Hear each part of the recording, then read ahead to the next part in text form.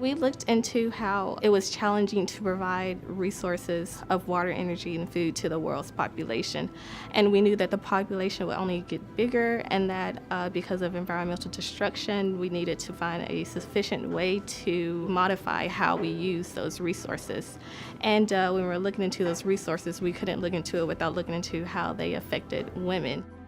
Women use those resources, especially poor women in developing countries, because they had to collect the clean water, they had to collect food for the family, they had to collect energy fuel sources for the kitchen, and that shouldn't be overlooked. We had another student who did a lot of background research into various places all over the world, but a lot of them tended to be close to the equator. And Tara's taken that a step further this year by focusing on a case study and gathering information about things that go into the food, energy, water nexus.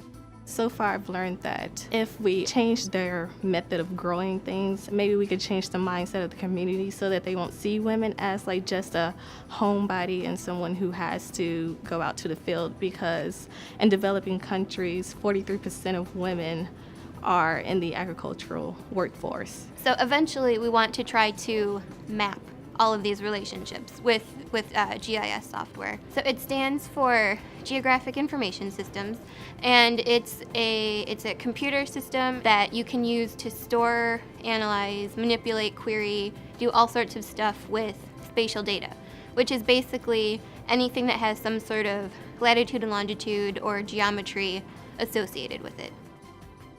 Argonne is very good at being interdisciplinary, so I met a lot of people to learn how to do my research. I think that, coming from her pre-med background, she probably wasn't as familiar with, the social, political, economic things going on in different parts of the world. And I can tell she has learned a lot about the case study area that she chose.